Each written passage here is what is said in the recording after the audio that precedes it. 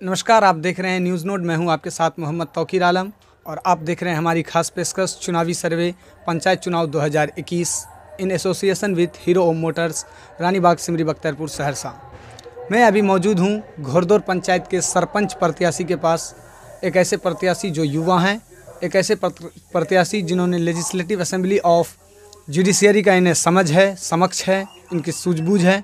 आज उनसे हम बात करेंगे उनकी चुनावी रणनीति के बारे में, आज उनसे हम बात करेंगे जुडिशियरी के बारे में, आज उससे हम बात करेंगे उनकी चुनावी मैनिफेस्टो और उनको सत्ता मिलने के बाद चुनावी प्राथमिकता के बारे में।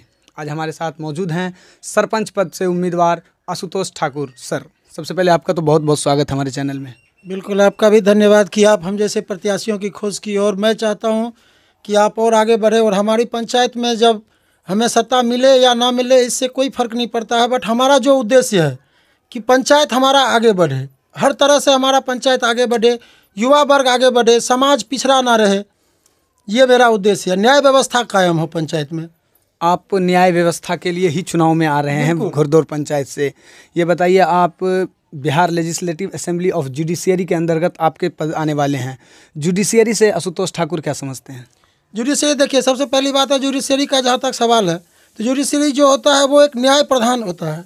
और जिस पद पे सरपंच हो बैठा है कुर्सी पर, सरपंच का अगर हमें मिलता है तो सबसे पहली प्राथमिकता है कि किसी भी गरीब के साथ अन्याय नहीं होना चाहिए।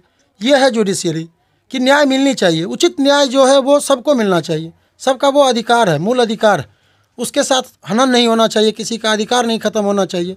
तो आपको क्या लगता है कि आपके पंचायत में जिन व्यक्तियों का आधिकारिक अधिकार है उनके अधिकारों का हनन हो रहा है? बिल्कुल बिल्कुल, हमारे पूर्व सरपंच के द्वारा इस तरह की घटना हो रही है। गरीबों को दबाया जा रहा है, उनसे पैसा लिया जा रहा है और कह रहा है कि मैं तुम्हारा अगर ये पैसा नहीं दोगे तो ये काम नहीं होने देंगे, ये काम नहीं होने देंगे। ऐसा हो रहा है। तो उनमें दिक्कत कहाँ? क्या उसको जुडिशरी की समझ नहीं है या उसे पंचायत के विकास की समझ नहीं है उसको? क्योंकि सरपंच पद है, उनका काम विकास नहीं, उनका काम जुडिशरी को आगे करना है। देखिए, सरपंच की बात जहाँ तक है समझ की, समझ तो है, वो बुजुर्ग हैं, समझ तो है उनके पास, लेकिन उनके अंदर लोभ बहुत ज़्यादा है और न्याय की उनके अंदर जो एक होना चाहिए वो नहीं है। वो सिर्फ और सिर्फ धन को ही अपना सब कुछ समझते हैं। तो जनता ने उसे चुन लिया, उसके बारे में आप कुछ कहिए। जनता चुना, लेकिन अब जनता बदलाव चाहती है। जनता के मन में यह है कि बदलाव, हमारा युवा आवे आगे। आपकी कोई चुनावी मैनिफेस्टो या कोई चुनावी बैकग्राउंड? तो मेरा कोई चुनावी पूर्व से था नहीं। मैं इस बार चुनाव में पहली दफ़ा आया हूँ और मेरा जहाँ तक ये है आपका मैनिफेस्टो, तो मैं आपको बता दूं कि अगर हमें सत्ता मिलता है तो मैं पंचायत में एक ऐसा न्याय व्यवस्था कायम करूंगा जो पूरे बिहार में एक नंबर पे आवे। ये मेरा सबसे पहला प्राथमिकता है, हर किसी के साथ न्याय हो। लेकिन बिहार अभी अपराध में भी एक नंबर पे है, उसको एक राज्य स्तर पर शुरुआत करने की ठाकुर जी आप जो बता रहे हैं वो न्यायिक प्रक्रिया के अंतर्गत ही आता है। क्या रणनीति है आपकी चुनाव को लेकर के? चुनाव को लेकर के मेरा साफ रणनीति है कि आप अगर हम पे विश्वास करके हमें जिताते हैं तो मैं आपके विश्वास को कभी टूटने नहीं दूंगा। और इस पंचायत में जहां तक होगा मेरा सहयोग, मैं इस पंचायत को अपने देश के लिए आगे बढ़ाने का काम करूंगा कि हमारे देश में इस पंचायत का नाम हो। मैं ऐसा न्याय करके दिखाऊंगा। और अगर आपको सत्ता दी जाती है तो अगर आपको एक राजनीतिक या लोकतांत्रिक पद्धति के अंतर्गत आपको अगर सत्ता मिलती है तो लोकतांत्रिक पद्धति को सरपंच उम्मीदवार कैसे आगे करे उसकी समीक्षा करें आप। सरपंच पद उम्मीदवार जो है लोकतांत्रिक प्रवृत्ति में जैसा संवैधानिक अधिकार मिलेगा हमें, उस तरह से हम उसको चलाएंगे। संवैधानिक अधिकार तो आपको बहुत पहले ही मिल चुका है, उसको आगे किस तरह चलाने हैं वो रणनीति बताइए। सिर्फ संवैधानिक अधिकार अभी हमें मिला नहीं है, अभी तो हम प्रत्याशी हैं।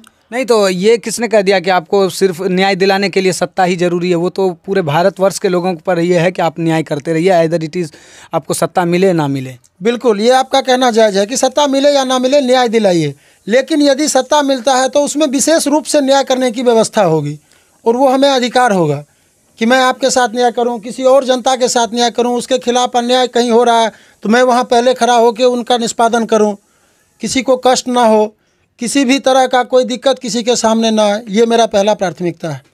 आपसे चुनावी मैनिफेस्टो की बात की, आपसे चुनावी बैकग्राउंड की बात की, चुनावी रणनीति की बात की।